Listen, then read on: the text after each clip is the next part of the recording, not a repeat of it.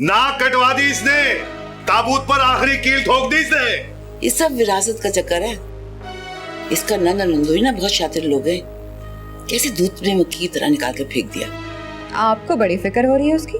फिक्र की बात है, बेवा हुई है तुम्हारी बहन। तो फिर मुझे ऐसा क्यों लगता है कि आप इस शादी को मजबूरन निभा रहे हैं? कांच के नाजुक ग्लास को जोर से पकड़ोगी तो टूट जाएगा। मैंने आपसे कहा था ना कि अगर इसने इस किस्म की कोई भी हरकत की तो मैं किसी की नहीं सुनूंगा। हाँ तो क्या सोच रहे? धमकियां ना दे मुझे, मैं किसी से नहीं डरती। खुदा के वास्ते चुप हो जाओ, थोड़ी देर के लिए चुप हो जाओ ना। क्यों क्यों खामोश रहूं मैं? क्या बोलने का हक सिर्फ आप लोगों के पास है? तुम्हें सुनने का शौक है तो सुनो, तुम्हें मैं तलाक देता हूं। हसन रुक जाओ।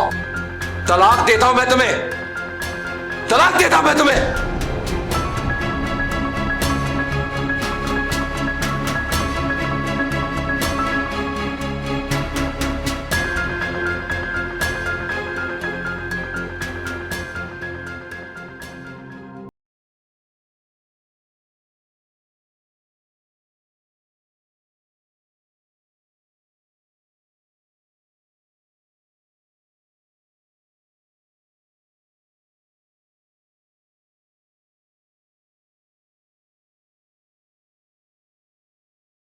ये क्या किया है तुमने? अपने असगर और बख्तावर को क्या दिखाऊंगी शक्ल अपनी, क्या जवाब दूंगी? उसकी हरकत देखी थी अम्मी, आप अपनी गलती मानने के बजाय, शर्मिंदा होने के बजाय मुझे उकसाती रही, गुस्सा दिलाती रही। तो तलाक देने की क्या जरूरत थी? सारी जिंदगी का पछतावा। गुस्सा आ गया था मुझे। मेरी तरबियत ऐसी थी कि तुम अपने आप पे कंट्रोल ही नहीं कर सके। अम्मी, मेरे मना करने के बावजूद छुप कर उसने ये हरकत की। क्या करता मैं? उसे जरा सा भी खौफ नहीं आया। और अब बैठी हुई रो रही है और मेरी इतनी हिम्मत नहीं है कि मैं जाके इसको तसल्ली दूं। असगर और बख्तावर भी आने वाले हैं, मुझे नहीं आना।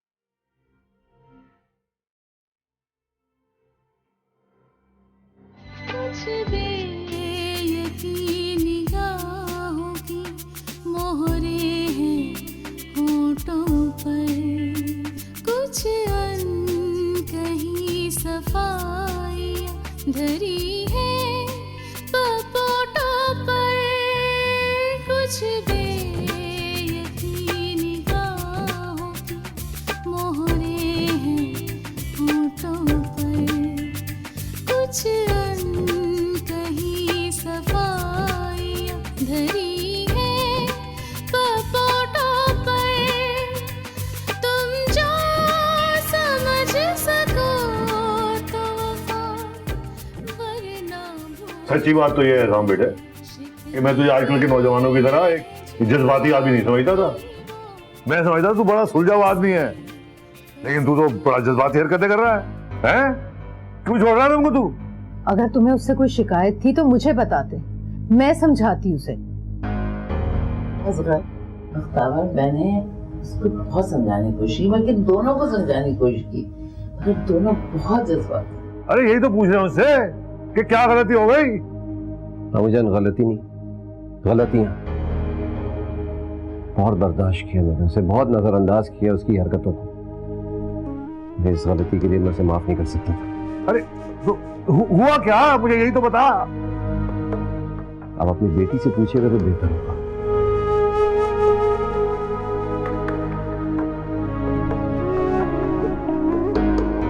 सब तेरी गलती है, सब गलतियां तेरी। बैठ गई अब सर पकड़ के। असगर चुप हो जाओ। पूरे शहर में जूते पड़वाएगी ये औरत मुझे, जलील करवा के रख दिया इसकी बेटियों ने मुझे।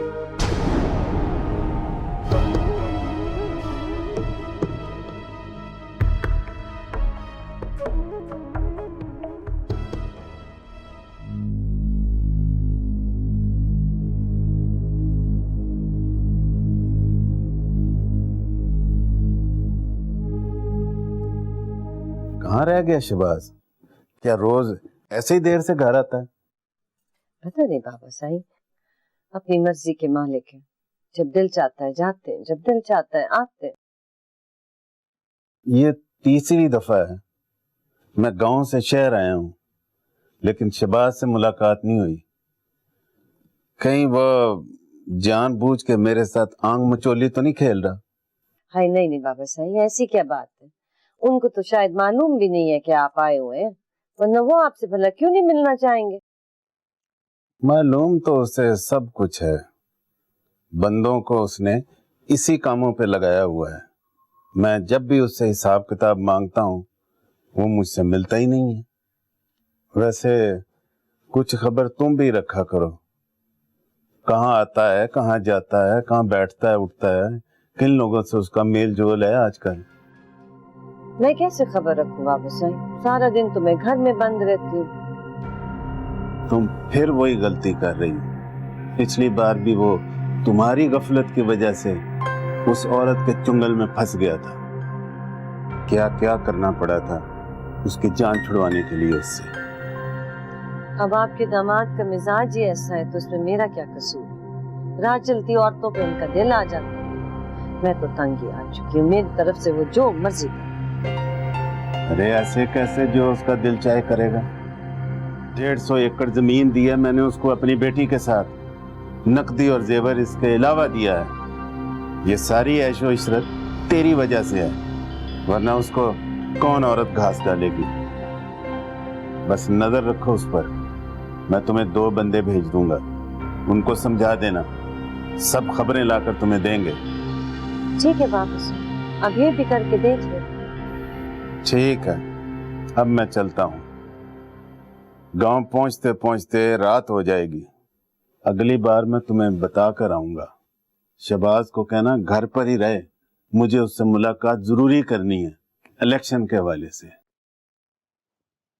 मैं चलता हूँ, खुदा हाफिज। खुदा हाफिज बाबा साईं। अब पछताने से क्या फायदा, जो होना था वो तो हो गया। अम्मी पछतावा कैसे? फिर मुझे तो ऐसा लग रहा है मेरा खोया हुआ सुकून मुझे वापस मिल गया है। पछता रहे होंगे माँ बेटे। फूफो तो पहले नहीं चाहती थी कि मैं हसाम के नजदीक आऊं, हर वक्त कान भरती रहती थी हसाम के। अब हसाम भी तो पहले ही से उर्वा की वजह से बस सनम, बहुत हो गया। अब एक लफ्ज ना सुनूं मैं इस बारे में, वरना तो क्या कर लोगी तुम? कुछ भी। लेकिन अब ये सब कुछ मैं बिल्कुल बर्दाश्त नहीं करूंगी। तुम्हारे बर्दाश्त ना करने से हकीकत तब्दील नहीं हो जाती।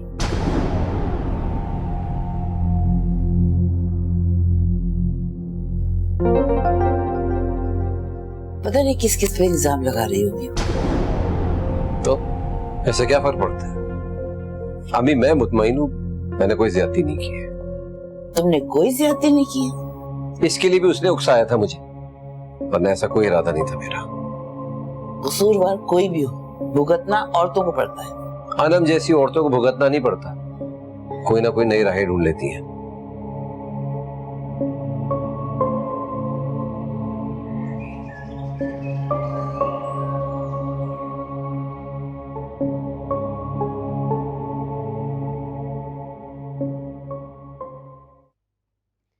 अम्मी, क्या आप भी मुझे अनम की तलाक का सबब समझती हैं?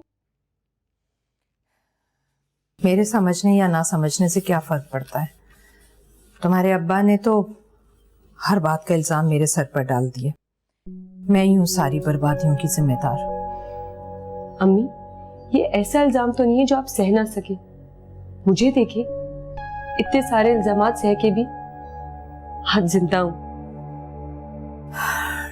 ठीक कहा तुम्हारे अब्बा ने, मैंने ही तुम लोगों की तरबियत सही तरह से नहीं की, इसीलिए तुम लोगों के दुख देख रही।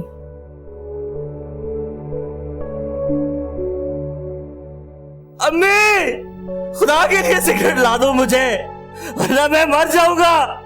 खुदा के लिए रहम करो मेरे पे। फिर से इसने चीखना चिल्लाना शुरू कर दिया। अम्मी, क्या अस्पताल जाने के बावजूद भी ये ठीक नहीं हुआ? डॉक्टर ने कहा था कि बर्दाश्त करना पड़ेगा, लेकिन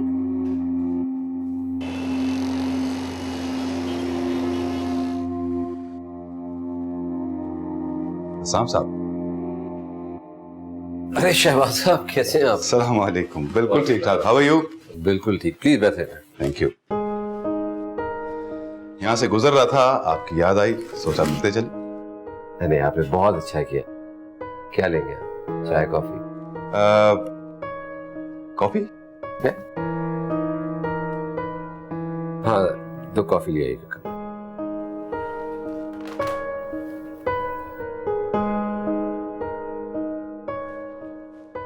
क्या बात है, कुछ थोड़े टेंस लग रहे हैं, एनी प्रॉब्लम? हाँ, बस सब खैरियत है। बस आपको पता है दफ्तर के कामों का जो प्रेशर होता है। एग्जैक्टली, काम ही तो हमें एक्टिव रखता है। एनीवे, उस दिन ठीक से बात नहीं हो पाई थी। आइए ना किसी दिन हमारी तरफ, मिसेस को लेके, विल हैव डिनर टुगेदर। अभी पिछले दिनों तो आए थे आपके घर खाने पर। चलिए, कोई बात नहीं, हम आ जाएंगे आप लोगों की तरफ। तकरीब कुछ तो बहरे मुलाकात चाहिए।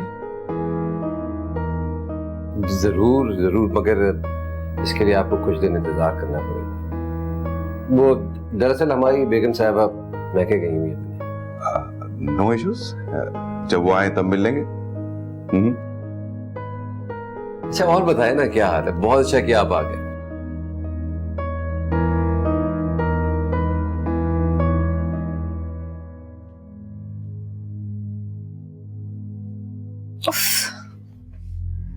कहाँ फंस गई हूं मैं? अच्छी भली इस घर से जान छूट गई थी मेरी, अब फिर वही सब लोगों को बर्दाश्त करना पड़ रहा है। मैं तो बर्दाश्त नहीं करूंगी। मैं तो बंद के नहीं बैठ सकती।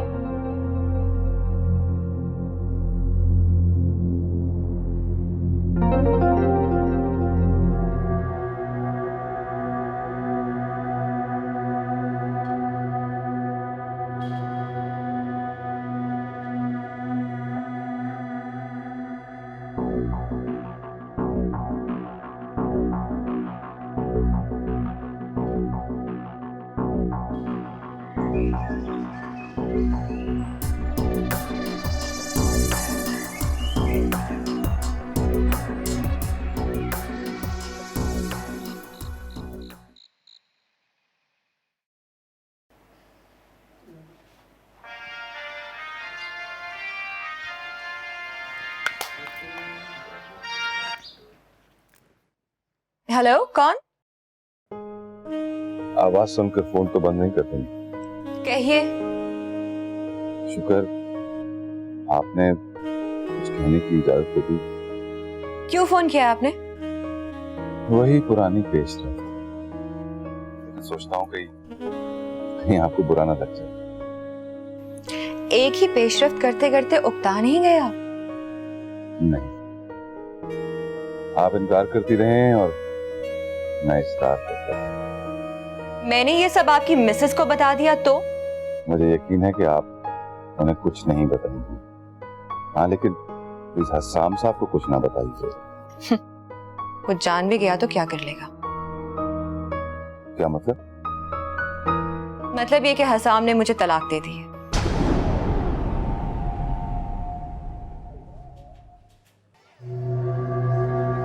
इजाज भाई, फिर आ गई?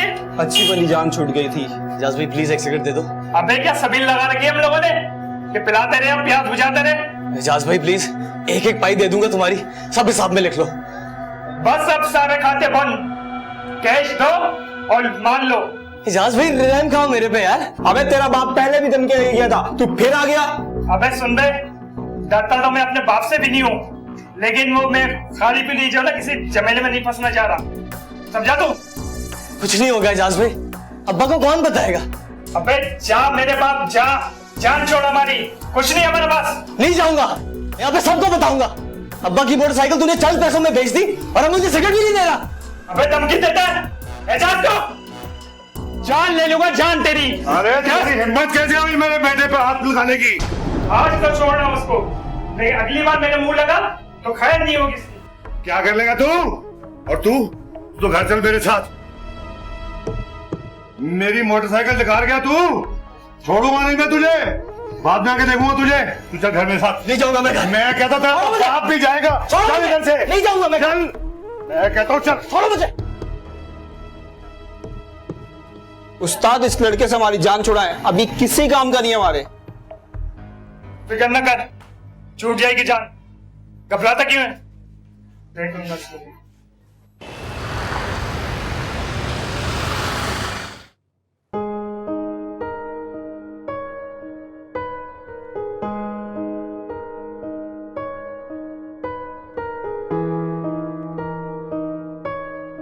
हाँ रहीम बख्श। वालेकुम अस्सलाम। रहीम बख्श, एक काम करो, वो मेरा डिफेंस वाला जो अपार्टमेंट है उसको रेनोवेट करवाना है। ऐसा करो कि सारा फर्नीचर उसका चेंज करो, और हाँ, तरतीब उसकी बड़ी खूबसूरत रखी है। और जिस तरह ये काम मुकम्मल हो जाए तो मुझे फोन करके बता देना, मैं आके देखूंगा। कोई कमी नहीं रहनी चाहिए। हाँ, और एक बात सुनो, इस बात की किसी तीसरे को खबर ना हो, समझ आई? वालेकुम अस्सलाम।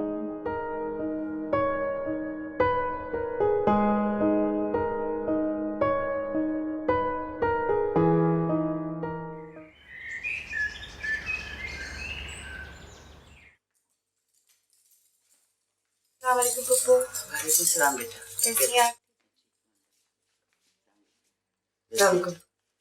आप खड़ी भी क्यों हैं? बैठे। नहीं बेटा, मैं तो बहुत शर्मिंदा, समझ में नहीं आ रहा कि मैं तुम लोगों से तलाफी कैसे करूं।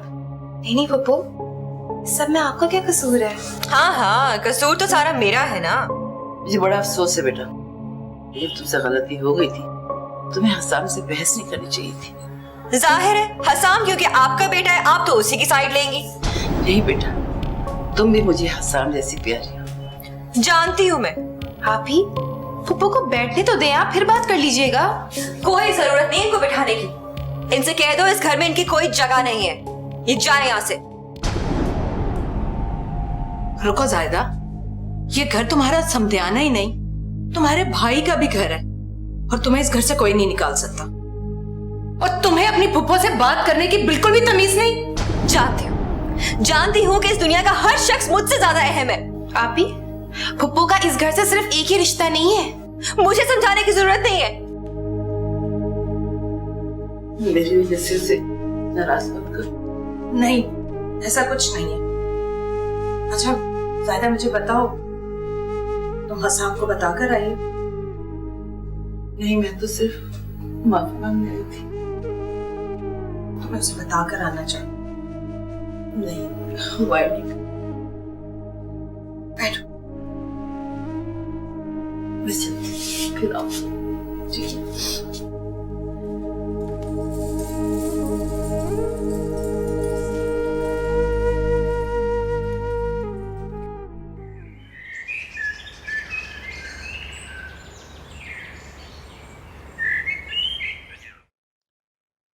पिछले दिनों बैंक से तुमने एक लंबी रकम निकलवाई है, उसकी क्या जरूरत पड़ गई थी? आपको मुझे पाई पाई का हिसाब देना पड़ेगा बाबा साईं। वो ये मैंने कब कहा? बस पैसा जरा संभाल के खर्च करो। आगे इलेक्शन आ रहे हैं और इलेक्शनों में पैसा पानी की तरह बहाया जाता है। अब इलेक्शन की वजह से मैं अपनी जरूरियात तो नहीं रोक सकता। ओहो, मत रोको बाबा, कौन कह रहा है रोको, बस एहतियात करो। ये सब आप इसलिए कह रहे हैं कि मैं ये जान सकूं कि मेरा आपके और आपकी बेटी के पैसे पर कोई हक नहीं है। मैंने ऐसा कुछ नहीं कहा, तुम बात को गलत रुख पे मत ले जाओ। मैं तो तुम्हें बस समझाना चाहता हूं। समझ चुका हूं मैं आपकी सारी बात।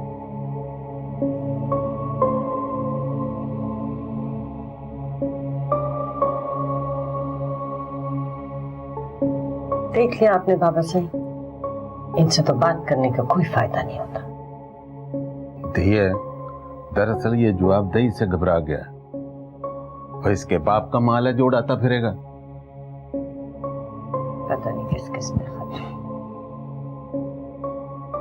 चाय पियेंगे? डालते हैं।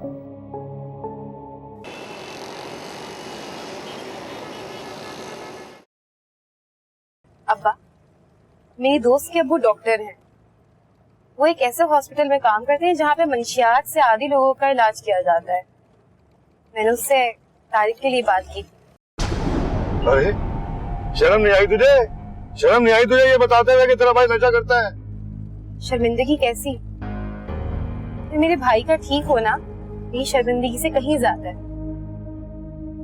हाय हाय, काश तेरा भाई भी ये बात समझ लेता। कोई बात नहीं अब्बा, वो ठीक हो जाएगा, तो समझ भी जाएगा। असल में बात ये है कि हमने उसका किसी सही जगह से इलाज कराया ही नहीं। अरे मुझे तो जो समझ में आई मैं वहीं ले गया उसे, अस्पताल वाले ही बता देते। अच्छा छोड़े, तारिक जब वहां से इलाज कराएगा तो बिल्कुल ठीक होकर आएगा मेरा भाई। इंशाल्लाह इंशाल्लाह बेटा। लेकिन एक बात है अब्बा, तारिक का जब वहाँ पे इलाज होगा तो हमें उससे मिलने की बिल्कुल इजाजत नहीं होगी। क्यों? ये जरूरी है अब्बा, हमें अपने दिलों को थोड़ा सा सख्त करना होगा, क्योंकि इस वक्त हमारी नरमी उसके लिए बिल्कुल ठीक नहीं है। क्या आप नहीं चाहते कि तारिक बिल्कुल ठीक हो जाए? नहीं बेटा, मैं क्यों नहीं चाहूंगा, बिल्कुल चाहता हूँ यही। बस तो फिर हम कल ही उसे वहाँ लेके चलेंगे, ठीक है अब्बा? ठीक।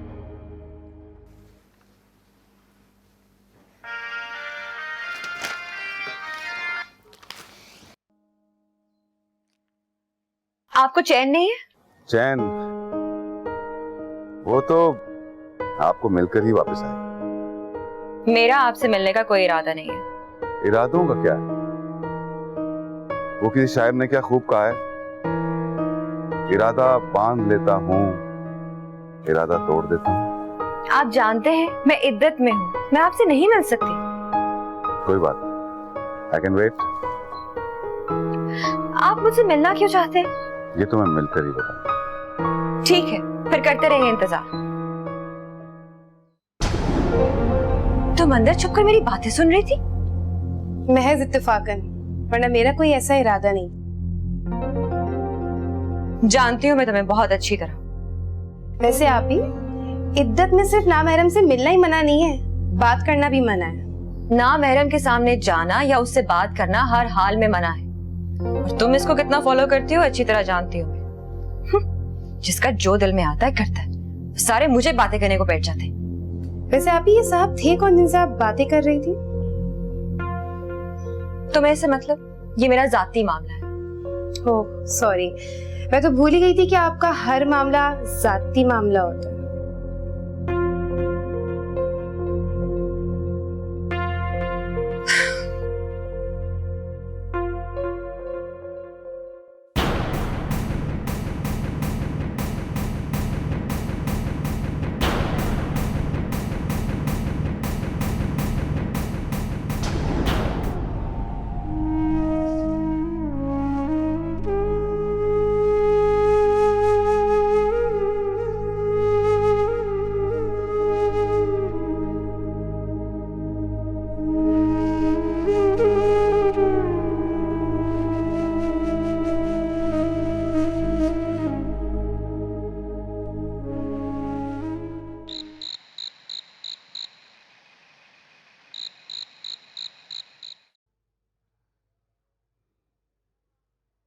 बख्तावर जिंदगी में पहली दफा मुझे एहसास हो रहा है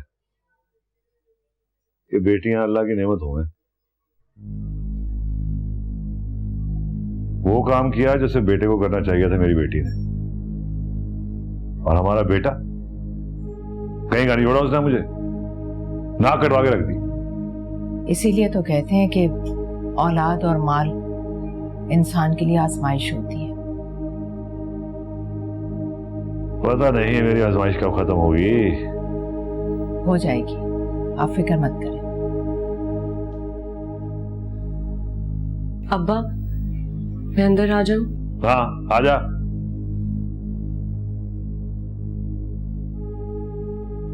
क्या बात है?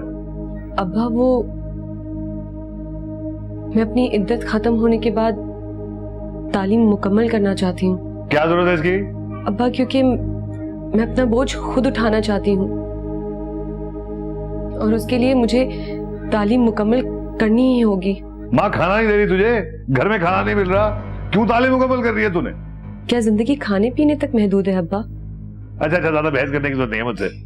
जा पढ़ ले, कर ले तालीम मुकम्मल, देख लूंगा क्या तीर चलाती है तू। हाँ जा।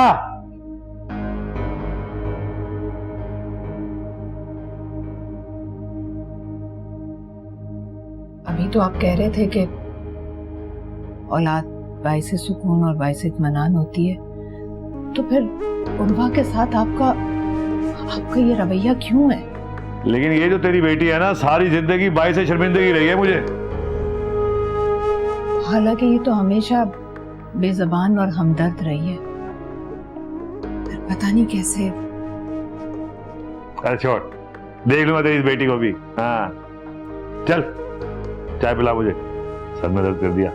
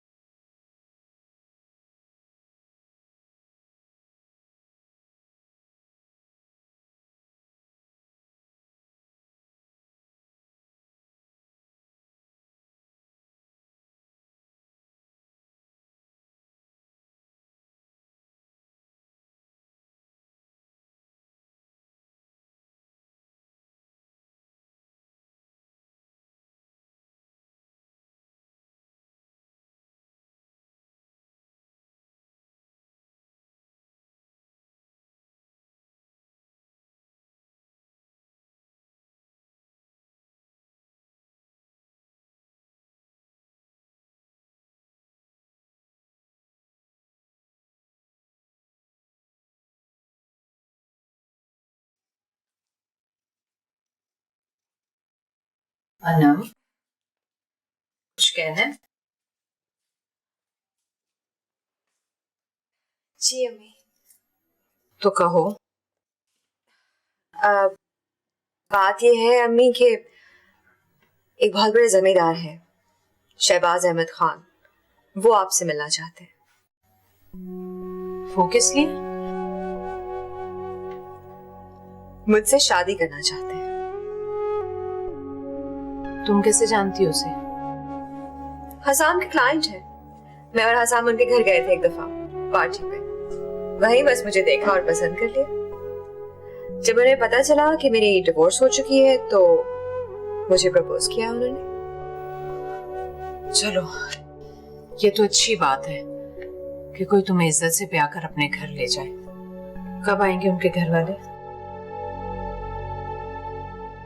नहीं, उनके घर वाले नहीं आएंगे। क्या मतलब? क्योंकि वो एक पॉलिटिकल फैमिली से ताल्लुक रखते हैं। उनके यहाँ शादियां बस अपनों में ही होती हैं। उनके घर वाले शरीक नहीं होंगे। तो तुम्हारे अब्बा मान जाएंगे? वो माने या ना माने, मुझे तो ये शादी करनी है। तुम होश में तो हो ना? हमारी रजामंदी के बगैर शादी करोगी तुम? आपकी रजामंदी की खातिर मैं अपने खुशगवार मुस्तकबिल को लात मार दूं? खुदा के लिए ना, आप कोई नया हंगामा ना खड़ा कर देना इस घर में। क्या हंगामा कर रही हूँ मैं? इज्जत से शादी करना चाहती हूँ। ऐसी शादियां जो घर वालों से छुप कर की जाए वो पायदार नहीं रहती। इसकी आप फिक्र ना करें, मैं संभाल लूंगी सब। तो तुम्हारे अब्बा को कौन समझाएगा? आप समझाएंगी, वरना सुन ले, अगर आप लोग ना माने तो मैं कोर्ट मैरिज कर लूंगी। फिर आपकी इज्जत कहाँ जाएगी? हाँ,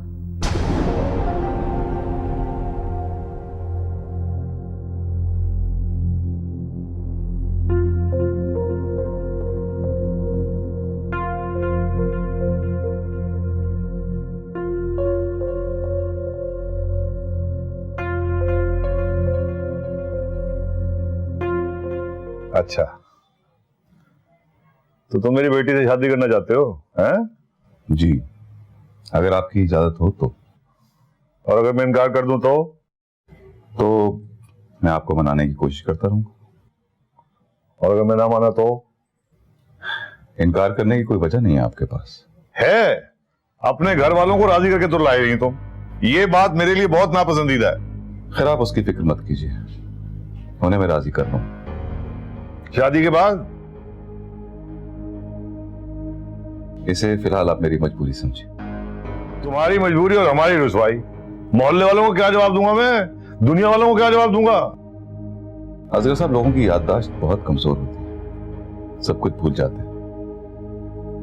और वैसे भी आपके लिए लोगों की बातें ज्यादा जरूरी हैं या अपनी बेटी का मुस्तकबिल? अपनी बेटी की परवाह, तभी तो कह रहा हूं। आप मुझ पर ट्रस्ट करें, मैं अनम को बहुत खुश रखूंगा। जो आदमी अपने घर वालों को राजी ना कर सके वो मेरी बेटी को खुश कैसे रखेगा, ये बता तू मुझे। असगर साहब, अनम के नाम में एक लग्जरी अपार्टमेंट कर रहा हूं। हर माह उसे एक माकूल रकम मिल जाया करेगी। बरी में लाखों की ज्वेलरी है और हक में आप जितना मर्जी लिखवाना चाहें।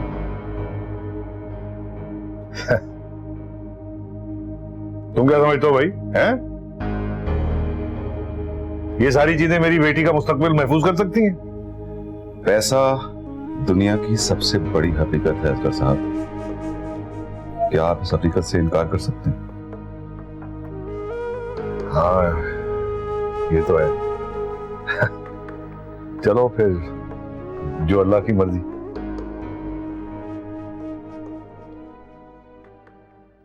बख्तावर का फोन आया था, कल अनम का निकाह है। शहबाज अहमद कोई बहुत बड़ा जिम्मेदार है, उसके साथ निकाह है।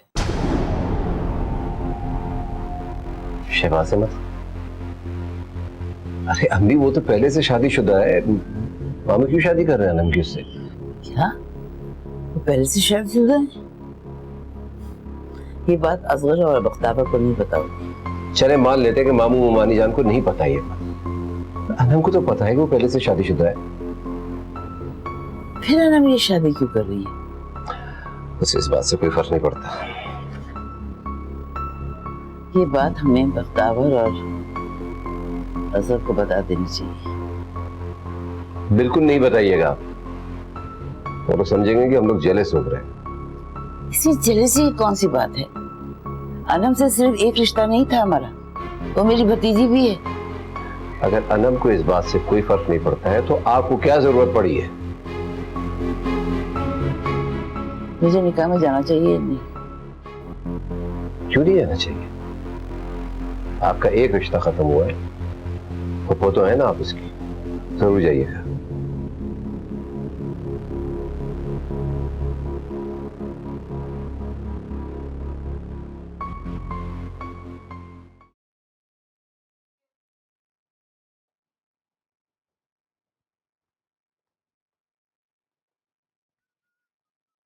कहाँ की तैयारी है? एक क्लाइंट के साथ मीटिंग में जा रहा हूं। मीटिंग के लिए इतना सज धज के तैयार हो रहे हैं? अरे बाबा, इंप्रेशन अच्छा पड़ना चाहिए। मुझे तो कुछ और ही लग रहा है आपकी तैयारी से। उफ़ो, एक तो तुम्हारे ये शक खत्म नहीं होते। हर औरत के जहन में एक घंटी होती है जो उसके शौहर की जरा सी तब्दीली से बजने लगती है। और तुम्हारे जहन की घंटी बज रही है क्या?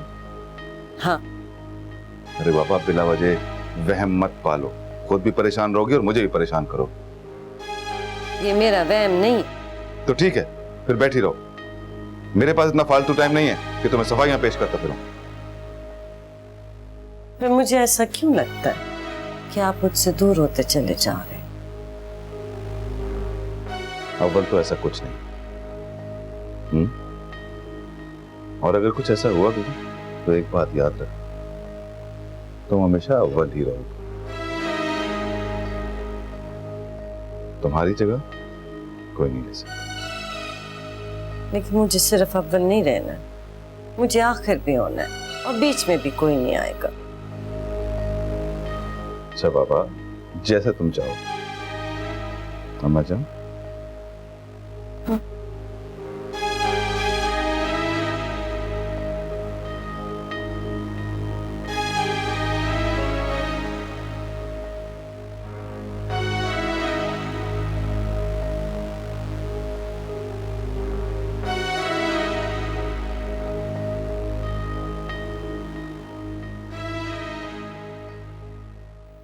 कितना खूबसूरत है ना ये कड़ा। अल्लाह तुम्हारे नसीब भी अच्छे करे। और ज्वेलरी कैसी लग रही है आपको?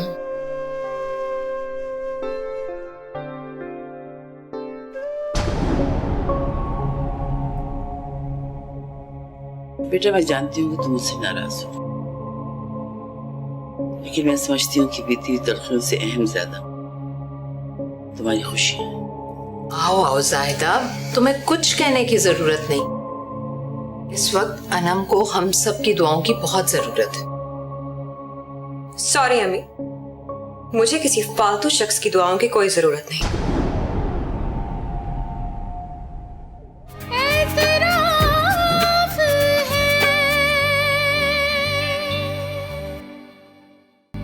इस बात की क्या गारंटी है जो आने वाली है आपकी सोच के मुताबिक होगी, मेरा ख्याल रखेगी? ये मेरा है? क्यों, कोई शक?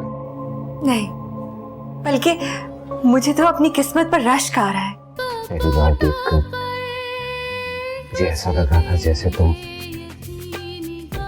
आम लड़कियों से बिल्कुल अलग।